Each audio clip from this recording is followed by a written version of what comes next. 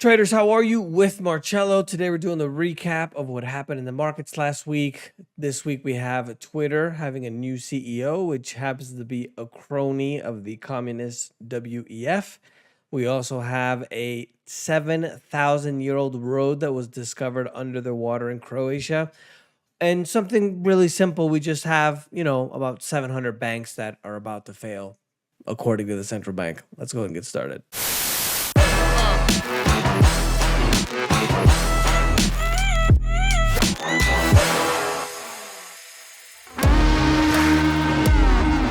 Biggest news for the week is the inflation data. We now have had a 10th consecutive month of the of the inflation coming down. It came out at 4.9 in April from a year ago. That's slightly lower than the 5% from March. And it's down from a 40-year high. If you remember, in June, it was at 9.1%. Now, one of the things that we have to remember also, and one of the things I like to remind you guys about, is that the government actually plays around with these numbers to actually make them look better. So we've actually had various revisions of what the inflation is calculated as. If the inflation numbers were calculated the same as they were in the 1980s, the actual inflation rate would be about 13% or so. And that is even manipulated as well. One of the things I think is really funny is I just came back from the United States, and I don't know. I love Chipotle. It's the first place I go into the U.S. You guys are so lucky. First world problems, I know. But so I go to Chipotle, and I don't know if you guys remember, they always would do the scoop of meat, and then they would do kind of like just a little bit more with a second scoop. Now they don't do that second scoop, and they're really, really, really generous with the rice. They never used to be like that before. I went to Starbucks, and now they're putting the thing with the tip, the card machine. They're like, "Oh, here, it's gonna ask you a question," and then they just look at you like, "You gonna tip or not? You're gonna be an a-hole, or are you not?" And I thought to myself, it's like, well, why doesn't Starbucks just pay them more? I mean, instead of them paying more, they want you to pay them more, so they don't have to. And then the other thing I thought was really curious was, when I grew up in the US, I always remembered that the sushi always came in 10 pieces.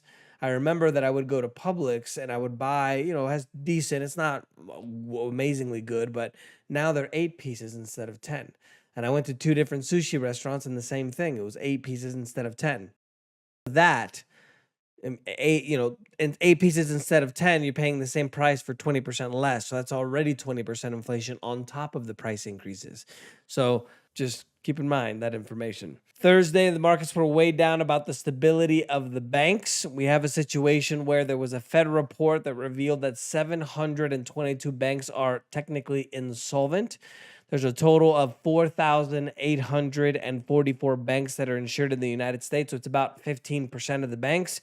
And if you can see the repercussions that have happened from these previous bank failures the last month and a half or so, you can imagine what would happen if 15% of the entire financial system in the United States just went insolvent.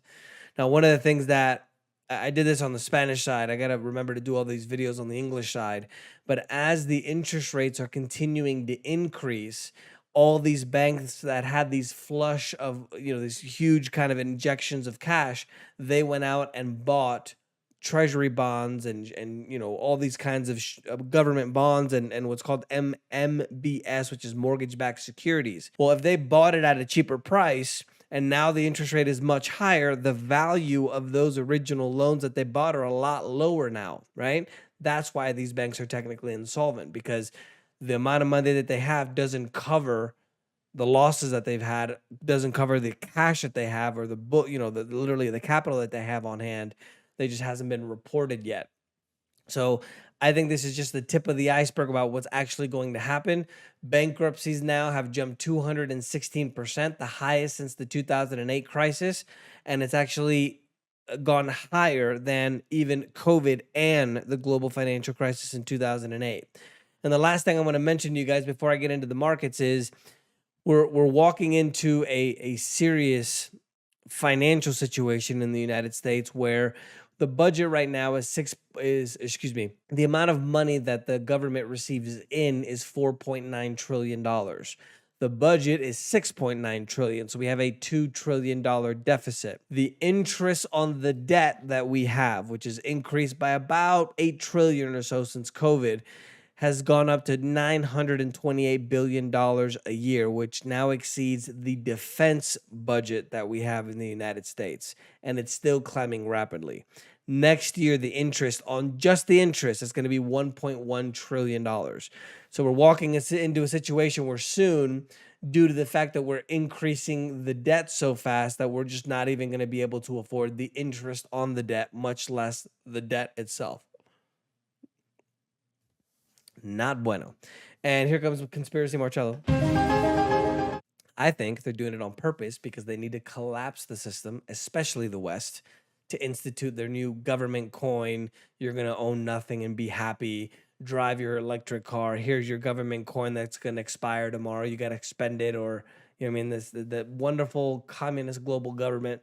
Use your mask. Do what we say. Don't ask questions. Overseas market news. European markets were mostly lower. The only exception, which was Istanbul, went up by almost 9%. I don't think I mentioned the U.S. markets, right? The U.S. markets were mostly negative. The only exception was the NASDAQ in North America. Even Canada was lower as well. Latin American markets were mostly mixed. Those were in the 2 to 3% range. Middle East and Africa, mostly mixed, with Saudi Arabia being the biggest winner there. And then Asia and Australia being mixed, most of these being around 1 to 2% or so overall. Banking and cryptos, we have a second bankruptcy of a crypto exchange called BitREX. It's the second largest platform to fail after FTX. Remember that FTX was the second largest crypto exchange in the world. Now, BitREX it's in a situation with a legal battle with the United States. Remember, with the previous recaps, I talked to you guys about how the U.S. government's literally launching a war against crypto, essentially. So that's essentially what's happening. If you remember also, I believe it was last week or the week before, I talked about how Zimbabwe is planning to have a gold-backed digital currency. If you don't know what's happened to Zimbabwe over the years, they've had some of the worst hyperinflation ever. I visited Zimbabwe, literally have like a 10 trillion or $100 trillion bill.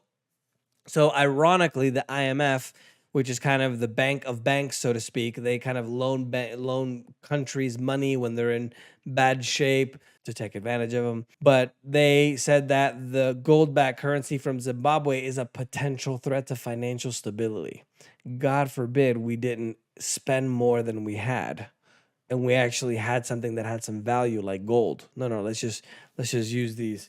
I don't have any paper. I was gonna throw some paper on. Let's just use these papers that aren't worth anything, not backed by anything except for the full faith of the U.S. government. Bitcoin lower this week, down 8.53%, just a touch over 27,000. Commodities, the Thai rice crop is in the crosshairs now with the rice shortage.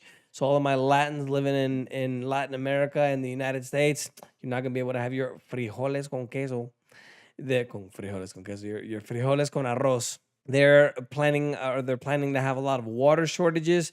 They are the second largest exporter of rice in the world at 15% of the global supply. So it looks like the food shortages situations is going to get worse, not better. Oil is negative for the fourth consecutive week. We've had 6 months of losers now. The U.S. crude went down 1.85% to 70.04, while Brent went down 1.52% to 74.17. One of the interesting things that I thought happened this week was the industrial metals like copper and zinc. Copper is down 3.7% for the week, which is the worst week since February, last week of February. And zinc hit a low of just over 2,500 per metric ton. And that is really interesting because these are industrial metals, right? So if a lot less people are buying these industrial metals, copper, for example, used for a lot of the plumbing, then people aren't building stuff, right? The economy isn't moving. So it's kind of a red flag about what's happening with the economy. Gold and silver went down this week thanks to the US dollar getting a little bit stronger. Gold went down to 0.35% to 2011. Remember that gold just hit an intraday high. So it actually just hit a record high. I believe it was last week at 2,085, if I'm not mistaken. Silver went down over 7% from 25.77 to 24.04. So not a big number in terms of actual dollars and cents, but in terms of percentages, it was quite big. Financial and banking news, I talked to you guys about already, the bankruptcies that have jumped 216%, which is the highest since 2008 crisis. The inflation in Spain went up to 4.1% through the 12 months of April. France also went to 6.9%. And the worst of all is England, which is above 10%.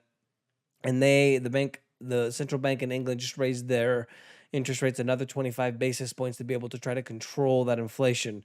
The central bank in the UK is now saying that they don't think that the UK is going to go into a recession this year, but it'll most likely be next year. It actually grew 0.1% through the first quarter so far this year. The US Producer Price Index, meaning the cost of produced goods and services, went up by 0.2% on a wholesale monthly basis, lower than expected, but still positive. So that's going to add a little bit of pressure to the inflation as well. And in the political news, the Chilean right-wing parties have won a majority of the votes on Sunday in Chile. Now, the current president, which is a left-leaning president, doesn't have a majority anymore as they're trying to renew and redo the constitution. If you guys didn't know, Chile is actually the only country in Latin America which is considered a quote-unquote first world, and the only country in Latin America which is allowed to come to the United States without a visa. But they want to change things because it's not good enough. Corporate news, Allianz, which is the German financial conglomerate, they posted a 329% boost in profit as of last year due to the fines and settlement that they had with the U.S. last year. Tyson Foods, which is the world's second largest producer and marketer of chicken, beef, and pork, their income went down by 80% to $518 million. So a lot of people are actually buying less of these expensive items like meat, which tells us another thing about what's going on with the consumer. Remember, the consumer in the United States is almost 70% of the economy. So if the consumer isn't doing well, that means that the whole economy overall isn't doing well. PayPal shares went down over 12% after they shared lower operating margins. So PayPal is a payment processor. I'm sure all you guys know that. But if less people are sending payments and they're making less money, that means that, again, the consumers aren't doing well. You see how all that ties together? Airbnb fell 11%, largest single-day drop since 2020. The co-founders lost $3 billion in a single day. They beat the estimates on revenue, but they dropped the estimates for the actual visits and experiences. And Disney fell over 8% on Thursday after they reported their Q2 results. They actually had some disastrous news about the subscribers on Disney Plus, which started going down, and they warned about profitability. By the way, I recently went to the animal kingdom. It is amazing. I used to live in Africa. I've been to safaris in Kenya and Tanzania. You have got to go to the animal kingdom. It is extremely impressive. Not a whole lot of trade news and technology and investment news. Chinese market regulator stated Friday that Tesla is going to do a fix in their software to fix over 1 million vehicles to reduce the chance of an accident. And Elon Musk has officially decided to name a new CEO, Linda Yaccarino, which currently works for NBC and is part of the World Economic Forum Manifesto. She's one of their young leaders. So we'll see how long the free speech lasts. International events, Alberta, Canada declared a provincial state of emergency after tens of thousands of people forced to evacuate homes due to the wildfires. So I think we're going to start seeing a lot of this all around the world, not only wildfires, but I mentioned to you guys during the pandemic that the next 10 years, I think we're going to have a lot more problems with the environment. Maybe I'll share why I think this is happening. But, it's going to happen all of a sudden, I think. And the oceans also are extremely warm. There's a typhoon, which is an Asia version of a hurricane. It turned into a hurricane literally in, I think it was 4 days because the ocean is so warm. Supposedly I don't know if you guys remember, I talked about how they found 19,000 volcanoes under the ocean recently. They didn't know that they were there. And so I think what's happening is all this stuff is kind of coming up through these fissures and then these volcanoes. That's what's superheating the oceans. They even found a lot of these animals that are in the deep sea, which never come to the shore. They found another one in Mexico recently. So I think we're going to have some trouble soon because that spells trouble. And an interesting facts this week, an underwater archaeologist discovered a 7,000-year-old road in Croatia. If you guys haven't watched Graham Hancock's Ancient Apocalypse series on Netflix, I highly recommend it. He talks a lot about these older kind of places that people don't want to admit are actually from previous civilizations, which I believe Graham Hancock, which they are, which is pretty interesting. So that's the news for this week, guys. Let me know if you guys have any questions. Don't forget to subscribe. And remember, the preppers were right.